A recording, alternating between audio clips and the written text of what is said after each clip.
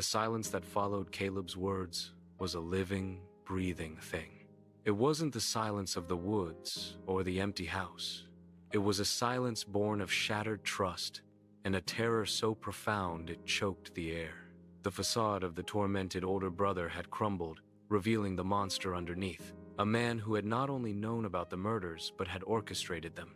James stared at him, the old leather journal in Caleb's hand a symbol of his horrific inheritance. He wasn't a witness to a crime. He was the final piece of the puzzle, the last victim or the next acolyte. You set me up, James stammered, his voice a disbelieving croak. The body, the screams, all of it was for me? Caleb's expression was a cold, alien thing, stripped of all warmth. A test, a final reckoning. I had to know if you had it in you, James. The blood of the Watchers. Our blood. He held the journal closer, his fingers stroking the worn leather. Our father didn't disappear. He's in a place where he can't be disturbed, where he can't interfere. He's with the other trespassers. A fresh wave of nausea washed over James. Their parents hadn't vanished. They had been victims of this same savage, ritualistic madness. And the killer wasn't some long-lost monster. It was his own brother. The brother who had held him when he was scared, who had taught him to ride a bike, who had promised to protect him. The betrayal was a physical blow, more painful than any wound. Why? James whispered, his body trembling with a mixture of fear and rage. What the hell did they do to you? To make you like this? Caleb's face contorted into a mask of pain, a brief flicker of the man James had known. He didn't make me, James. He showed me the way. This is our legacy. The woods, this land, it belongs to us. We're the only ones who understand it, who can protect it from the parasites, from the people who come here to defile it with their greed and their filth. He gestured to the dusty, cluttered room, to the remnants of their childhood. Remember how he used to talk about the land? How it was alive? How it needed a guardian? We always thought he was a dreamer, a hippie with a romantic view of nature. A bitter, humorless laugh escaped Caleb. He wasn't a dreamer, James. He was a prophet. He saw the rot, the sickness coming to our land, and he knew it had to be purged. I was the one who understood. I was the one who saw the truth in his words. And he left me his work, his sacred duty. James's mind reeled, trying to reconcile the Caleb in front of him with the one he had always known. The stoic, dependable older brother was a lie. He had been a wolf in sheep's clothing, a quiet observer, a ghost in the house, waiting. The murders in the barn were not a random act of savagery. They were a macabre performance, a dark ritual to induct James into a family he never knew he belonged to. I won't do it, James said, the words a defiant challenge.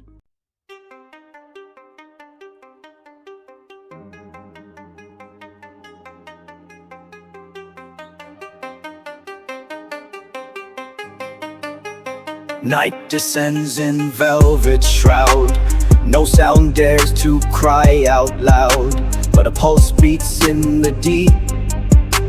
Secrets that the darkness keeps. Oh, the crimson pulse, it starts to race in this haunted, shadowed space. A chilling thrill, a dark delight, lost within the endless night. Through the mist, an eerie gleam. Is this real or just a dream? Unseen hands upon my soul, losing all of my control. Oh, the crimson pulse, it starts to race in this haunted, shadowed space. A chilling thrill, a dark delight, lost within the endless night. This haunting call, it pulls me in, where shadows dance and fears begin. A primal scream, a silent plea. This twisted thrill sets my spirit free.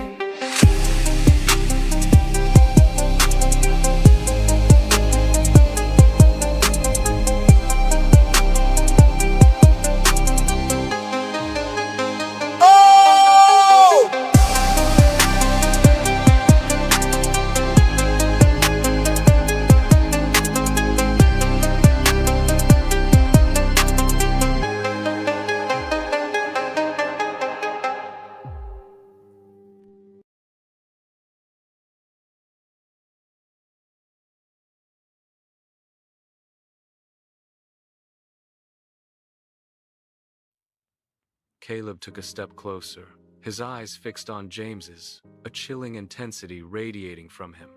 The man in the barn. He was an outsider, a trespasser.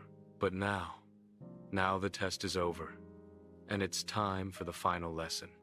He reached out, his hand moving with a speed James couldn't comprehend.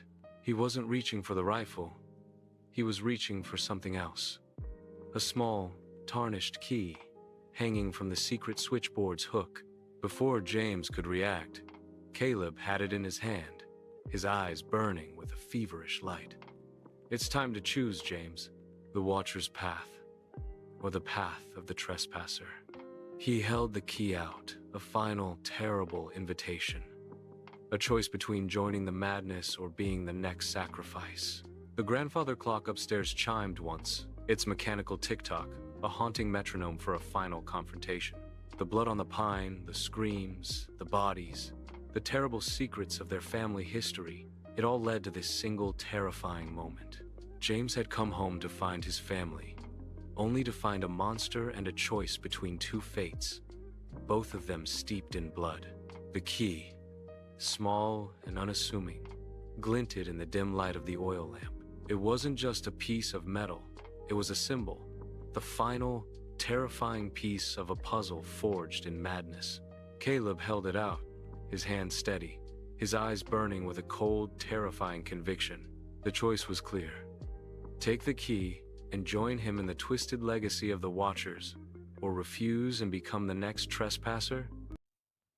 James's mind was a maelstrom of conflicting emotions, a decade of buried memories, of unspoken truths, and of a love for his brother that had been the foundation of his world, was now violently clashing with the brutal reality of the man standing before him.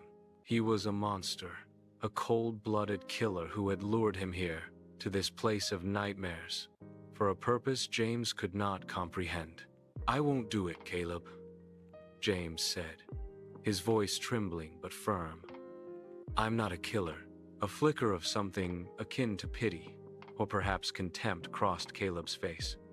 "You don't have a choice. This is our blood, James. It's what we are." He took a step forward, the key still outstretched. The man in the barn. He was the last of the trespassers. But there are always more. The world is full of them. We are the guardians, the protectors. The grandfather clock in the hall ticked on, its rhythmic beat a metronome for the final seconds of James's old life. He looked at the rifle in his hands, at the cold, inert metal, and a terrifying thought took root. He could fight. He could end this madness. But the thought of raising a weapon against his own brother, against the man he had always looked up to, was a betrayal of a different kind. Caleb seemed to read his mind. He lowered the key, a grim smile playing on his lips. "You can't do it, can you? You can't bring yourself to pull the trigger.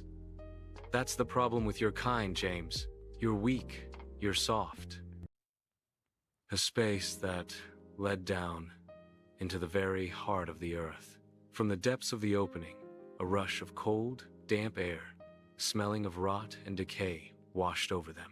And with it came a sound, a low, guttural roar that was not human. Caleb's eyes blazed with a manic glee. "This isn't just about the trespassers, James. This is about the land, the heart of the forest, the Watcher's true legacy." He pointed to the gaping hole in the wall. "This is the source of the evil. The reason the woods have always been different. It's been locked away for centuries, but he left me the key. And now, I'm going to set it free. I'm going to let the forest claim what is rightfully hers." James's blood ran cold. The scream in the night, the brutal murders, the ghost in the machine. It was all a prelude to this. It was a test. Yes, but not a test of his strength. It was a test of his faith. A test to see if he would accept the horror, the true nature of the evil that had been dormant in their family for generations.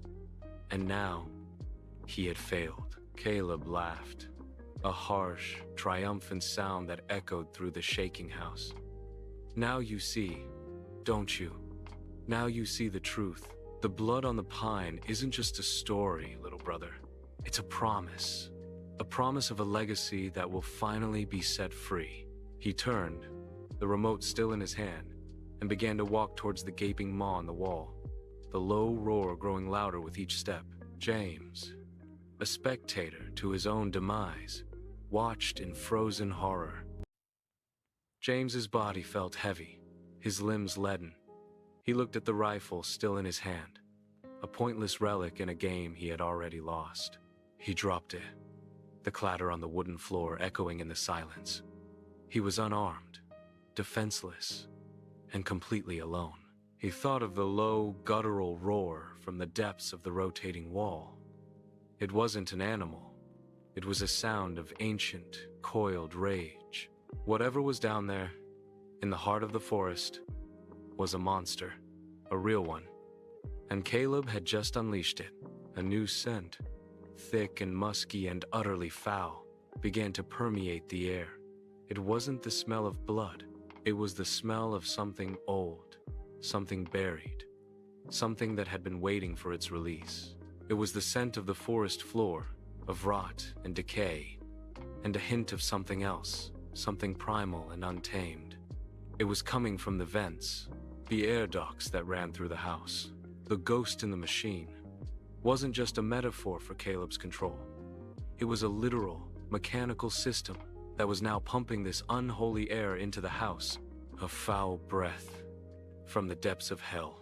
James stumbled to the living room, a sick dread settling over him. The oil lamp flickered, casting long, dancing shadows on the walls, making the old house seem alive. Its secrets now exposed, its true nature revealed. He was in the belly of the beast. The house wasn't just a shelter, it was a trap, a final stage for a gruesome play.